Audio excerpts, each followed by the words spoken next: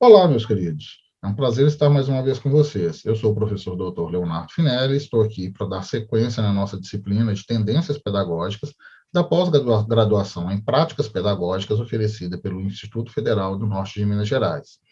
Estamos agora na quinta semana e vamos finalizar a segunda parte da aula dessa semana. Então, começamos a discutir nessa semana um livro de Pacheco, um capítulo de um livro de Pacheco que fala da construção das diretrizes curriculares nacionais para a educação profissional e técnica. Então, avançando na discussão, quando ele pensa sobre o foco da educação profissional, ele nos traz uma série de elementos, e aí vocês vão ler mais detidamente no texto, uma série de regulamentações, de leis, de normas, de portarias, de resoluções, que estabelecem o qual é o foco da educação profissional. Esses elementos são importantes, mas eu não vou ficar preso neles aqui, de apontar qual lei, qual normativa, mas eles são importantes que a gente conheça para entender que a gente está falando de tendências pedagógicas dentro de um modelo educacional, educação profissional e tecnológica, ou educação profissional técnica, específico. Então, quando a gente assume o foco da educação profissional, é possível perceber a razão das críticas às propostas serem contundentes quanto à manutenção da centralidade da educação profissional na dimensão econômica. Lembram-se, lá do modelo da escola dualista de Althusser, a gente está falando aqui de uma escola privada para o proletariado, de uma escola primária para o proletariado, uma escola para pobres que foca na dimensão econômica, na formação para o mercado de trabalho, e se distingue da formação da escola secundarista, que valoriza o conhecimento científico. Então, a formação da educação profissional supõe uma aceitação do mercado como um instrumento regulador da sociabilidade, em vez de afirmar a centralidade no ser humano em suas relações com a natureza. Então, o foco, novamente, é dado até em função da estrutura pedagógica, da estrutura de ensino, no atendimento às demandas do mercado de trabalho, às demandas de uma lógica capitalista. A concepção presente na proposta de parecer, que é o que foi apresentado, assume a educação profissional técnica de nível médico como algo distinto da educação básica. Só que essa proposição é equivocada. Ela é equivocada porque, falando dessa distinção, cria uma ambiguidade provocada pela articulação com o ensino regular. Quando a gente pensa na educação básica, a gente está falando lá desde da formação da educação infantil, fundamental e ensino médio. E a modalidade técnica ou tecnológica, ela é uma parte equivalente, ou com uma formação equivalente ao ensino médio, que deve ser contemplada como parte da formação do ensino regular. Por outro lado, a legislação brasileira estabelece princípios, finalidades e orientações curriculares e metodológicas idênticas para o ensino médio e para a educação profissional técnica de nível médio. Daí a gente pensar nessa ambiguidade, porque por um momento eles falam de separar, são coisas distintas. Mas a legislação fala que é a mesma coisa. Opa, tem algo muito errado aí. Porque na prática a gente acaba entendendo, vislumbrando a formação técnica ou tecnológica para realmente atender essas demandas de mercado, para a formação de indivíduos para atuarem como técnicos, uma profissão abaixo do graduado do ensino superior, mas que seja capaz de se inserir no mercado de trabalho. Por outro lado, essa educação, essa formação técnica deveria ser equivalente à formação científica de ensino médio, de modo a propiciar para o aluno o desenvolvimento do seu projeto de vida. Outra crítica à obrigatoriedade de adoção de um modelo de educação profissional centrado no desenvolvimento de competências profissionais é o fato de essa obrigação contrariar os princípios constitucionais reafirmados na LDB. Quais princípios? Da liberdade de aprender, ensinar a pesquisar e divulgar o pensamento, a arte e o saber, e do pluralismo de ideias e concepções pedagógicas. Ou seja, se a gente tem esse direito garantido na Constituição, de assegurar tanto ao professor quanto ao aluno essa liberdade de ensinar e aprender, de realizar pesquisas, de divulgar seu pensamento, de lidar com pluralidade de ideias, de ter uma inserção artística e cultural dentro da comunidade que ele se insere, a gente tem a perspectiva do projeto de vida, da emancipação do jovem para que ele desenvolva o seu projeto de vida. Por outro lado, a formação técnica nem sempre cria esse espaço dentro das suas escolas. Então, tal perspectiva demanda a obrigatoriedade de os sistemas de ensino assegurarem progressivos graus de autonomia pedagógica às suas unidades escolares, bem como a autonomia didático-pedagógica das autarquias federais de instituição profissional, científica e tecnológica.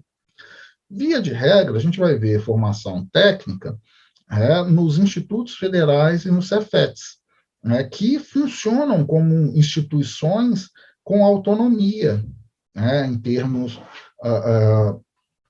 de recursos e de gestão desses recursos.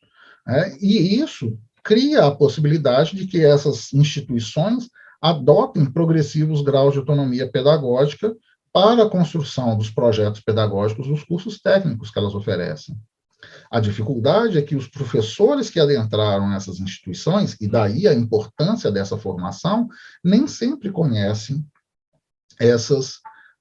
tem domínio sobre essa autonomia pedagógica, tem domínio sobre esses elementos de tendências pedagógicas, de didática, de metodologias de ensino. Muitas vezes são bacharéis com grande expertise no seu campo de atuação. A gente ainda tem também profissionais com notório saber, que não tem uma formação específica, um diploma de graduação específico, mas que têm um notório saber em termos da atuação profissional no mercado de trabalho e que atuam como professores, mas o que eles fazem, reproduzem a sua prática de ensinar a fazer, e não necessariamente de assumir essa autonomia pedagógica, de ensinar o aluno a pensar, a ser gente, a desenvolver aí seu projeto de vida. Então, os documentos citados demonstram a aceitação do lugar subordinado da sociedade brasileira na divisão internacional do trabalho, que cabe aos países dependentes do núcleo orgânico do capital, representado pelos países ricos. Então, a educação técnica, ela tende a uma demanda, formar mão de obra para o mercado de trabalho. Tais afirmativas baseiam-se na forma como os documentos assumem as diretrizes dos organismos internacionais em termos de promoção da pedagogia das competências para o atendimento da necessidade do mercado de trabalho, da naturalização, da flexibilização das relações de trabalho, ou seja, a desregulamentação, da modernização em contraste com o crescimento da pobreza apenas mitigada. Quando a gente vê, por exemplo, reformas da Previdência, e escuta alguns discursos, pelo menos os que eu vi, foram de políticos falando da necessidade dessa desregulamentação do mercado de trabalho, de dar oportunidades para que todos sejam gestores, empreendedores, e não fiquem engessados nas leis trabalhistas, a gente vê, ou pelo menos eu vejo muito claramente, muito gritante, de uma maneira muito gritante, uma proposta de esfacelamento ou de abuso da população menos favorecida, porque as leis trabalhistas são que asseguram a proposição, um acolhimento melhor para esse funcionário. Nem todos têm o desejo de serem empreendedores.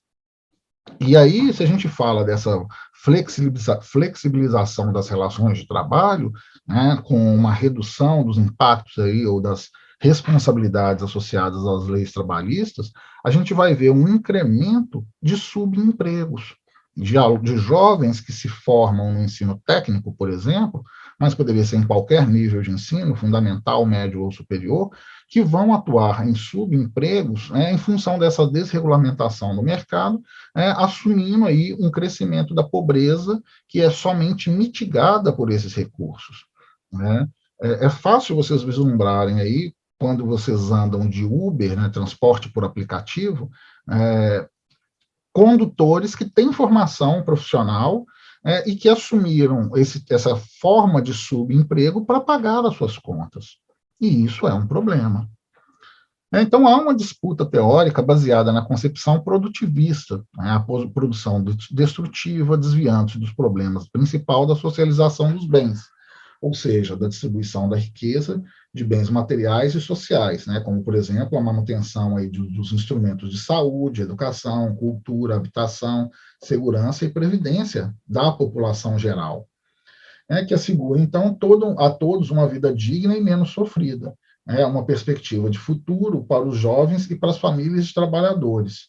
Então, é assumir uma tendência ou uma pedagogia crítica que possibilite que todos tenham acesso a esses recursos materiais e sociais, o que nem sempre a gente vê. A gente vê a formação do jovem para pegar um diploma falando que ele tem uma competência para o mercado de trabalho para uma série de profissões que nem sempre tem vaga.